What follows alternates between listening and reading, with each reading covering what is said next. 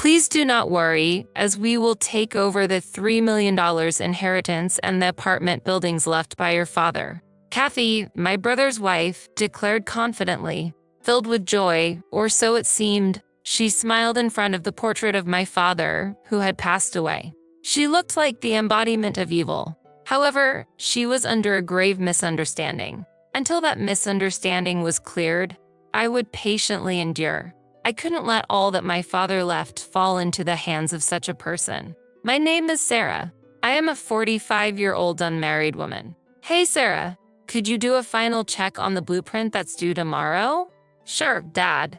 At my father's request, I started the final check on the blueprint. I work at my father's architectural firm, handling both clerical and design work. Ever since I was young, I've been interested in my father's work, aspiring to have the same career as him. For this purpose, I studied architecture and design in high school and university and joined my father's company immediately after graduating.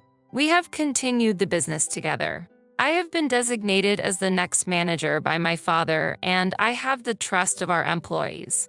I have an older brother who is 5 years older than me and a liberal arts major, but he has no interest in design and is unlikely to be involved in the management or operation of the company in the future, so I am not particularly worried about the succession of the business.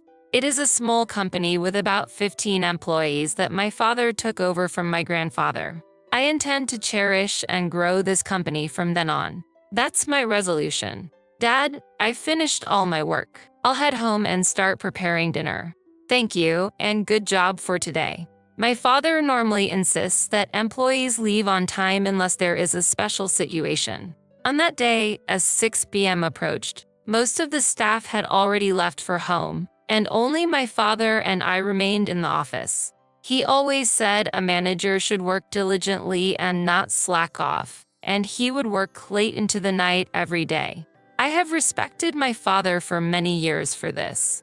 However, he was turning 75 that year. He was not young anymore, and I wished he would avoid overworking. Upon arriving home, the house was pitch black. My mother had died in an accident when I was in my 20s, and now it's just my father and I. As I turned on the light and was about to start preparing dinner, I heard the door opening. "Oh, Sarah, are you here?"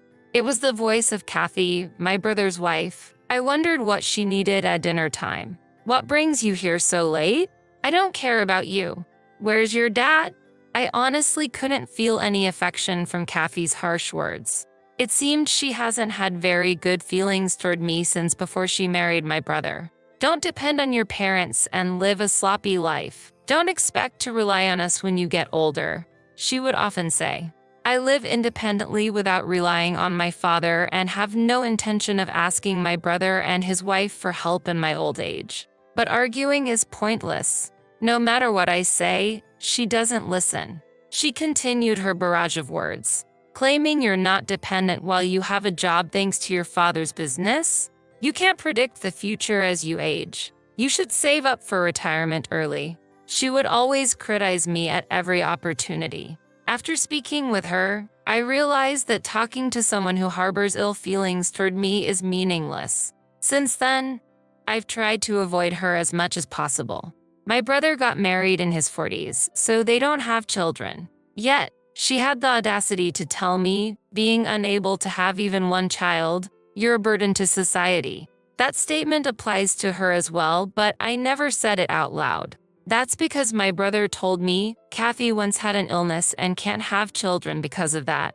So, please avoid that topic. I know there's a difference between a person who can't have children even though he or she wants it and a person who can wish for it but decided not to. But still, I couldn't comprehend what made my brother decide to marry her. Around that time, question marks seemed to be floating above my head all the time. Oh, how I detested them. "So, when will your dad be returning home?" "Dad will likely be home late tonight. He said he would stop by the apartment first." That apartment, huh?" Kathy said with a sly smile. "That apartment was originally passed down from my grandfather to my father. While we no longer owned it, Dad still cherished it as a property I received from my dad and regularly checked on it. He even actively did the cleaning and weeding that the property management company usually handled, apparently to the residents' delight. Hearing that Dad wouldn't be back soon, Kathy quickly gathered her things and began to prepare to leave. What could her true purpose be? Make sure you tell your dad that I came to check on him. Don't forget. After giving me these instructions, Kathy looked around the house, then left. Dad, Kathy came over. I wonder what she wanted. I don't know. She came over when I was alone before, but she just sat there and didn't really do anything. Honestly, I'm glad I wasn't home, my father said with a wry smile. Neither Dad nor I could grasp her true intentions.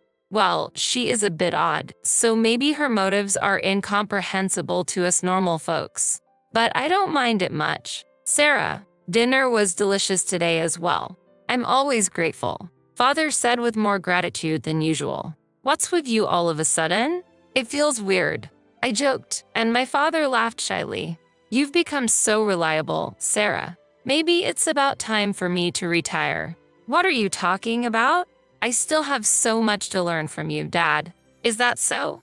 Well, I guess I'll take a bath and head to bed. Good night. Good night. A week later, he suddenly collapsed at work. At the time, I was in a meeting at a client's office and received an urgent call from a colleague. Sarah, the boss. My father, unconscious, was rushed to the hospital. I immediately wrapped up my work and headed to the hospital, called my brother right away, and then contacted Kathy. My brother promised to come to the hospital quickly, but Kathy's response was, do I need to go there? You're there, aren't you, Sarah? What? To have such a reaction when your father-in-law is in critical condition. However, it was pointless to argue now. I tried to remain calm and persuade her. Actually, Dad's condition is quite critical. At least come to say goodbye. You used to visit my father often, didn't you? But an unexpected response came back. Yeah, I was just trying to be in his good books, hoping to get some information about the inheritance. Hearing Kathy say that so nonchalantly, I was speechless. I'm not good with hospitals. And if there's a funeral, I need to get my hair and nails done. I don't have time to go to the hospital. Her utterly impossible attitude was brimming with vitality. This person is simply no good. Understood, then never mind. I couldn't contain my anger and raised my voice. I hoped this outrage would make her reflect, even if just a little. But the response that came back was this: contact me after he passes away. I'm busy too. Her dismissive tone increased my anger toward her. She was more than just an unpleasant person. Being legally recognized as family, as sisters with such a person, was unbearable. 2 hours after that call, my father passed away quietly. He was 75 years old. We immediately began arranging the wake and the funeral. There wasn't even time for the family to mourn due to the rush of various preparations. Despite this, my brother, who should be fulfilling his duty as the chief mourner, seemed emotionally detached. Sarah, did Dad have any special illness? His passing seemed so sudden. What exactly does the chief mourner do? Do you know? Wait, I have to give a speech. That's such a hassle. At 50 years old, my brother was failing to fulfill his role as the chief mourner. I was angered by his nonchalant remarks, but I was even more astonished by Kathy's attitude. Why should I, as the wife of the eldest son, have to step forward? I hate troublesome things. You do it. With that, she immediately disappeared to the back. I was also scrambling with greeting the attendees, detailed meetings with the funeral home, and interactions with the company. In the midst of all this business, her indifference was unbearable.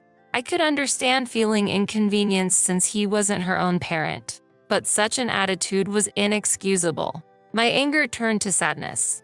Well, Kathy has her own difficulties, too. Sarah, please handle her part as well. My brother was always taking Kathy's side. Does he even know the rude things his wife has said? Those words nearly escaped my lips, but I felt it was futile to inform my ineffectual brother of the reality. In the end, I ignored my brother and his wife and focused on fulfilling my duties. With the help of relatives, we managed to complete the funeral without incident. It was during the first 7 days of mourning when the relatives gathered again, sharing drinks.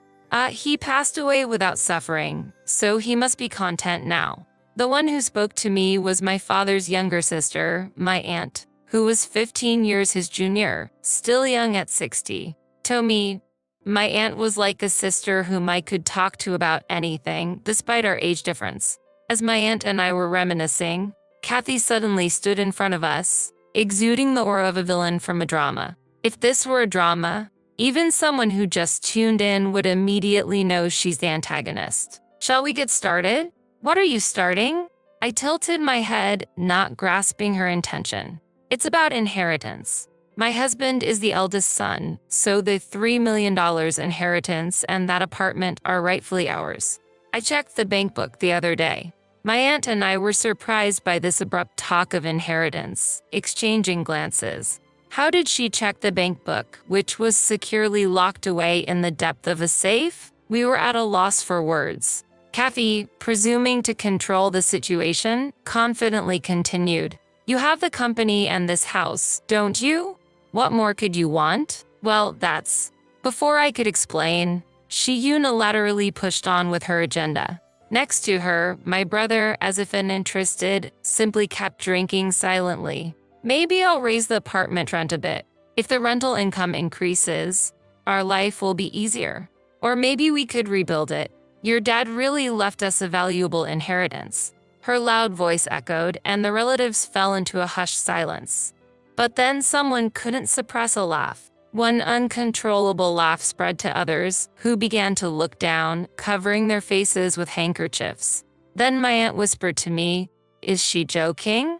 If you have something to say, speak up." Kathy glared at my aunt with her arms crossed, looking imperious. My aunt and I could only offer a wry smile. Taking a deep breath, I began to explain the situation. Kathy, there is no inheritance left for my brother to receive." "What do you mean?" "There's no way there is nothing. Are you trying to trick me?" Kathy's face, once triumphant, now filled with anger. "The circumstances are different. The apartment belongs to my aunt, and I have taken over the company. The inheritance from Dad has already been passed on completely, so there is nothing left for my brother to inherit now." "What? That's news to me.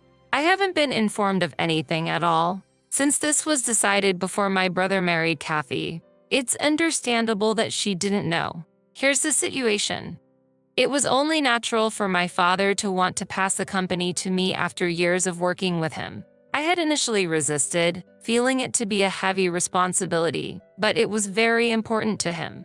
He had a strong desire to pass his business on to his own flesh and blood. When I decided to take over the management, we went through the proper legal procedures for inheritance with a lawyer.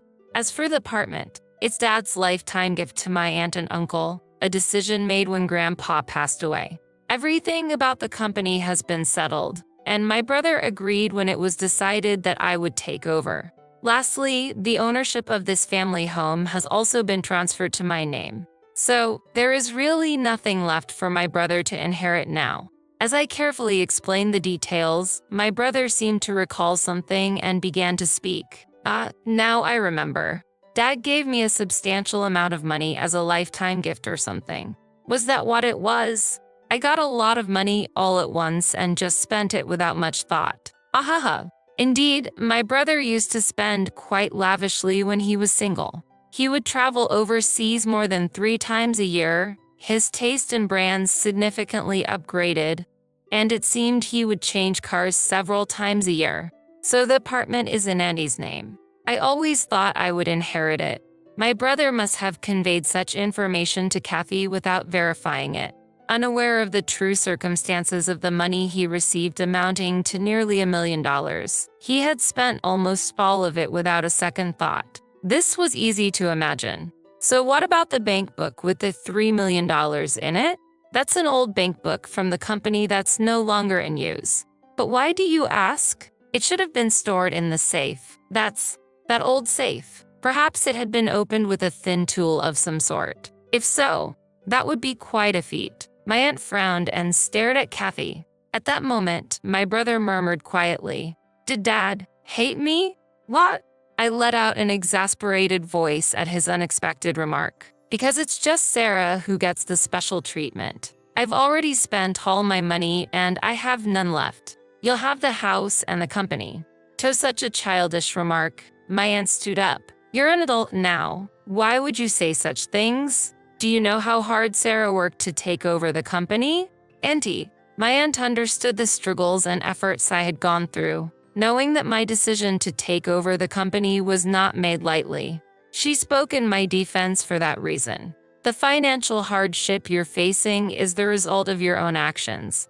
It's only natural that your money would run out if you lived so lavishly." I remember Dad frequently worrying about my brother's extravagant lifestyle. Giving him cash might have been a mistake. If such wastefulness continued, bankruptcy would be inevitable sooner or later. I shared his concerns, and my brother used up the lifetime gift he received from Dad within a few years. Not leaving cash behind now is, in a way, a lesson from Dad. One should enjoy luxury from income earned by one's own work, not from unexpected money. My aunt's stern advice made my brother hang his head. However, Kathy was not convinced. "I've never heard of anything like that. Why am I the only one who doesn't know? I can't believe the apartment wasn't his anymore." "That's because it happened before you came into the family. I'm the wife of the eldest son, and I wasn't informed at all. Dad didn't teach me anything." This is strange. Watching Kathy's outburst, it was clear that my father had not discussed the inheritance with her, but I could somewhat understand his intentions. Maybe he had always seen through Kathy's greedy nature, her significant attachment to money. "There's nothing strange about this. It's Dad's will." At my calm response, Kathy's eyes widened and she raised her voice. "I won't accept this. I'll sue you. But you're not even in a position to inherit, so I don't think you have any right to reclaim anything." Hearing my logical statement, Kathy became furious. She knocked over a vase that was a keepsake from our mother, shattered the glasses on the table, and rampaged around, screaming incoherently. What was supposed to be a gathering for my father's memorial turned into an unexpected uproar. Eventually, my brother and other relatives had to intervene to calm her down, and the gathering came to a somewhat peaceful end. "Kathy, I'll send you the bill for the broken vase and glasses later. Wrecking someone's house is not acceptable." "Shut up, you money grubber." With those words, Kathy hastily left the house with my brother in tow. Honestly, if anyone's a money grubber, it's her. It's astonishing how money can change a person so grotesquely. It was a day when I fully realized the true horror of Kathy's nature. In the end, my brother and Kathy got divorced. Surprisingly, the initiative for the divorce came from my brother, who was always hesitant in making decisions. After witnessing her obsession with money, I became scared to be with her. My brother said with a pale face that seemed to indicate he had no visible wealth left and seemed to wonder what would have become of him if he had. Kathy, who was a housewife, claimed she couldn't survive if they got divorced. But then we found out something about her. Actually, Kathy had a criminal record for marriage fraud before we got married. When I brought that up with the lawyer and filed for divorce, she surprisingly agreed to it easily. I was shocked to learn about her unexpected past. However, considering her abnormal fixation on money, perhaps it's not surprising she had some issues. To be honest, I'm relieved that the family ties with such a person have been severed. Yet, I can't help but worry about my brother's lack of judgment. As his sister, I feel concerned. "Sarah, boss. You have a visitor." I stood up at the call from an employee. "There's no need to start calling me boss." I still feel a bit embarrassed by the title, but I am also aware of the grave responsibility I hold to protect this company and its employees. The CEO is the boss. Right, boss? We're all looking forward to the next payday. I can't help but smile at another employee's joke. You all really love your jokes. I'm happy to be recognized as their leader. Dad, I swear I will protect this company. With that resolve in my heart, I hand my business card, printed with President and CEO, to the visitor. "My name is Megan. I've been married for 10 years and am now in my early 40s. We don't have any children, but my life with my beloved husband, Kevin, is very peaceful and blissful. Kevin is a typical company employee without any major changes in his life and 5 years older than me. But since I'm working part-time, our two-person household has a reasonable amount of financial leeway, allowing us some luxuries. Our married life has been smooth without any major ups and downs. However, a minor incident started causing ripples in our tranquil daily life. This incident involved the news of my beloved father's death and inheriting his apartment. When we got married, my father started living alone in a new, modern two-bedroom apartment he had purchased. On the other hand, Kevin and I lived in my childhood home, a four-bedroom apartment filled with memories. This childhood home was transferred to me from my father when I got married. Before that, my father, mother, and I used to live there. When I got married, my father gave it to me with his blessings for our happiness. He suggested, "Why not start your new life in this home?" I was elated by his offer. Later on, when my father passed away, I inherited the new two-bedroom apartment he was living in. I was very fond of that apartment, so I decided to rent it out immediately. However, one day, during a conversation with my in-laws, an unexpected suggestion came up. Sarah and her children are living in a small place. How about they move to Megan's four-bedroom apartment? Sarah is Kevin's younger sister who was divorced and raising 3 kids. They were living in a two-bedroom apartment, which might be a bit tight for them. But to be honest, my relationship with Sarah has not been great. Every time we met, she would make slightly sarcastic remarks about us not having children yet. Kevin and I decided to get married when we were just under 30. Since then, Sarah started to make pointed remarks. After crossing 30, her comments became even more hurtful. Remarks like, "You're already past 30 and you still have no kids?" Or "Aren't you seen as less of a woman without children?" were thrown in jest. But what shocked me the most was an incident after my beloved father passed away. Sarah said, "It's a pity you couldn't show your father the face of his grandchild." It was a moment that left me cold. Sarah is actually 3 years older than me. Instead of a younger sister-in-law, she's more like an older one. We've always tried to treat her as family and interacted with her amicably. But after such remarks, I naturally built a wall in my heart against her. I'm an only child, and my only family was my father. Amidst the grief of losing him, Sarah's words were truly shocking. Time had passed since my father's death, and I hadn't seen Sarah for a while. But out of the blue, my mother-in-law made a surprising proposal. Sarah says she'll pay $500 in rent each month. Looking at my mother-in-law's smug face, I was so shocked that I couldn't say anything. The apartment we lived in was a bit old, but we had taken good care of it, so it was still in a usable condition. There was a big shopping mall nearby, and we could easily take trains and buses. So, if we were to rent out this apartment, I thought it wouldn't go for less than $2,000 a month. But $500? I was truly surprised. Do they even understand the going rate for this area? It's unthinkable for this spacious four-bedroom apartment's monthly rent to be just $500. Maybe they had assumed that I had agreed because I didn't say anything? My mother-in-law seemed very enthusiastic about the idea. "You guys already have another apartment, right? You can just live there. Even if you don't renew the lease, later on, Sarah and the others will move there, so it's fine." How long is the contract term? Kevin was also very excited, saying, "That's really a great idea. The place where your father lived is new and lovely, and it's perfect for just the two of us." At this rate, I felt like the conversation was progressing without considering our opinions, and I started to panic. I couldn't help but blurt out, "Isn't there an option for all of us to live together in this apartment?" My in-laws' house was big and they were the only ones living there. Rooms for Kevin and Sarah are also available, so I thought it would be no problem if they moved in. After all, they've said they want to live in a bigger place. Normally, before making such moves, you would consult with your family, I think. However, moving to the in-laws would mean the kids changing schools, and they seem concerned about the hassle and cost of buying new school uniforms and gym clothes. I was hesitant to clearly express my reluctance to rent to Sarah in front of my mother-in-law, but I told her, "This place is my hometown. I can't just leave easily."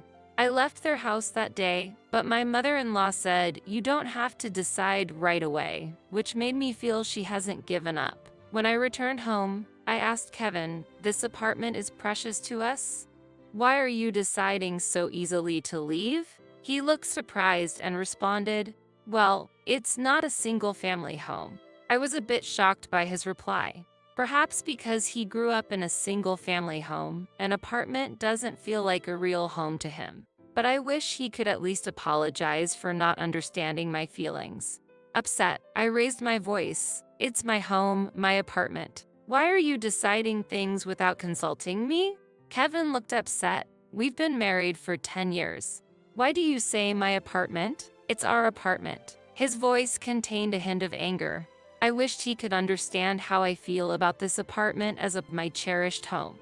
If he had hesitated to rent the apartment to his sister, I might not have felt hurt by his words "our place." But at that moment, I felt hurt. We tried to calmly discuss it many times after that, but it wasn't easy. Kevin seemed not to understand my feelings at all, and I got words like money-minded, stubborn, and selfish thrown at me.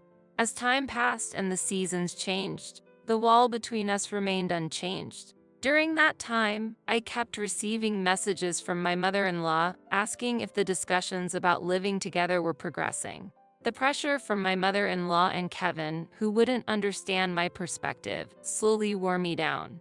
I felt I was reaching my breaking point. One day, I was shocked to receive an email from Sarah. It says, "Why are you two, without kids, hesitating to move out of such a small space? You don't need that big of a place. Just leave." I hadn't heard from Sarah since our discussions about the apartment, and yet here she was, out of the blue, telling me to leave. I never imagined I'd receive such a direct email. Reading that message, I reflected on how much I had endured and felt deep self-loathing. The idea of divorce crossed my mind several times.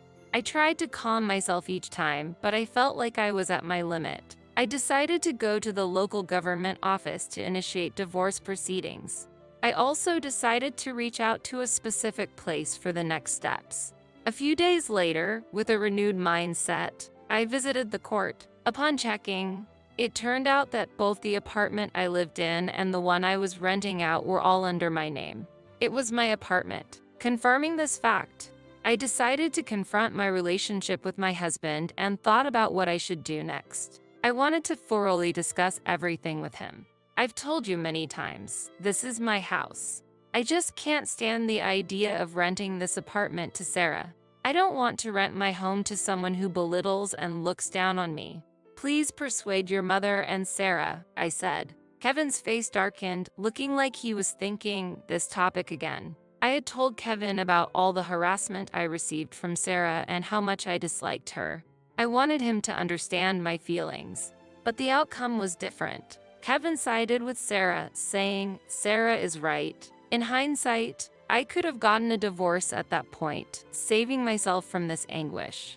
But I couldn't end a relationship that had lasted for 10 years so easily. If Kevin rejected my proposal, I was prepared to divorce. Deep down, I felt that way. Maybe you're just being overly sensitive about Sarah? Perhaps you feel she's being condescending, but maybe you're exaggerating things. I really don't understand why you feel this way," Kevin said, making light of my feelings without knowing the whole story. His words stung. Was I the only one feeling like this? If that's the case, will you sign this? I presented him with the divorce papers. A look of shock appeared in Kevin's eyes, but he immediately said, "Do you really feel that way? You want to end our relationship over such a trivial matter? I'm serious. I care about Sarah too, and I always wanted to be with you.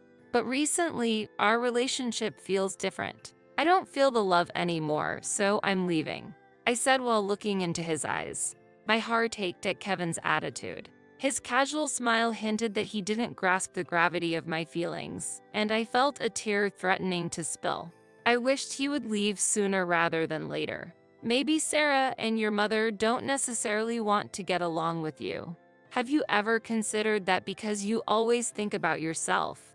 That's why our relationship is like this," Kevin said in a slightly softer tone. This is how we always were, misunderstanding each other even while trying to care for one another. Look, I think it might be impossible to fix our relationship, no matter how much we talk. I feel there's still a distance between our hearts. I can't even imagine a future with you anymore. If you won't respond to my feelings, then we'll have to take legal action, I explained slowly. Kevin, with a mix of surprise and sadness on his face, quivered. Do you really feel that way?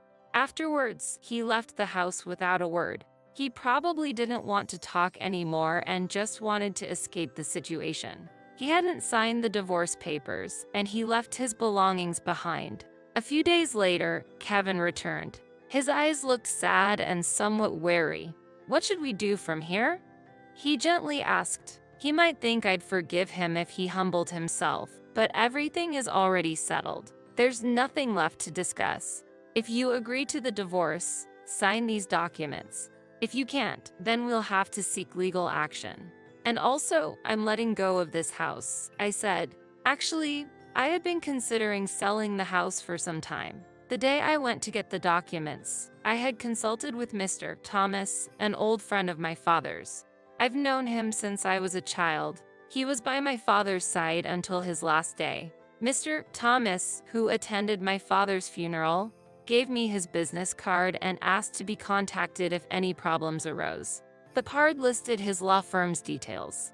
With Mr. Thomas' introduction, I was fortunate to get assistance from a judicial scrivener regarding the inheritance my father left behind. When I told Mr. Thomas about my situation, he gave sincere advice. He informed me about the importance of verifying ownership, handling complications in divorce negotiations, and other helpful tips. Thanks to his advice, I could protect myself. After Kevin temporarily left the house, I decided to sell the apartment. I quickly reached out to real estate agents and informed them of my intentions to sell. I also informed Mr. Thomas about the deteriorating relationship with Kevin, his refusal to sign the divorce papers, and sought his support for the divorce procedures. When Kevin found out about the sale of the apartment, he reacted with both shock and anger. You always said this was our family home. Are you really planning to let go of such an important place? And after being so concerned about Sarah, you're truly selfish. But his words no longer unsettled me. Do you have anything else to say? I asked, looking him straight in the eyes, and took a deep breath. He was momentarily taken aback, but quickly began to assert his views. Why would you decide such an important matter on your own? The apartment might be in your name, but after a divorce, there should be a division of property. This apartment is the property of both of us who live here, right? Kevin became emotional and pleaded with desperation. In response, I gave him a slight smile and replied, Actually, this apartment has been under my name even before we got married.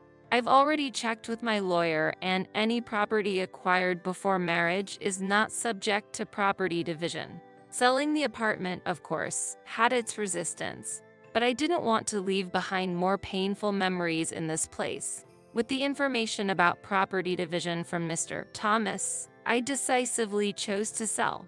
Kevin, upon learning the truth, suddenly changed his attitude. I'm sorry. This place is special to you, but it hasn't been sold yet, right? Please reconsider. Why don't we give it another shot together? I'll explain things to Sarah and Mom. Please, just stop the divorce and the apartment sale. In his words, I questioned myself why I had stayed with him for 10 long years.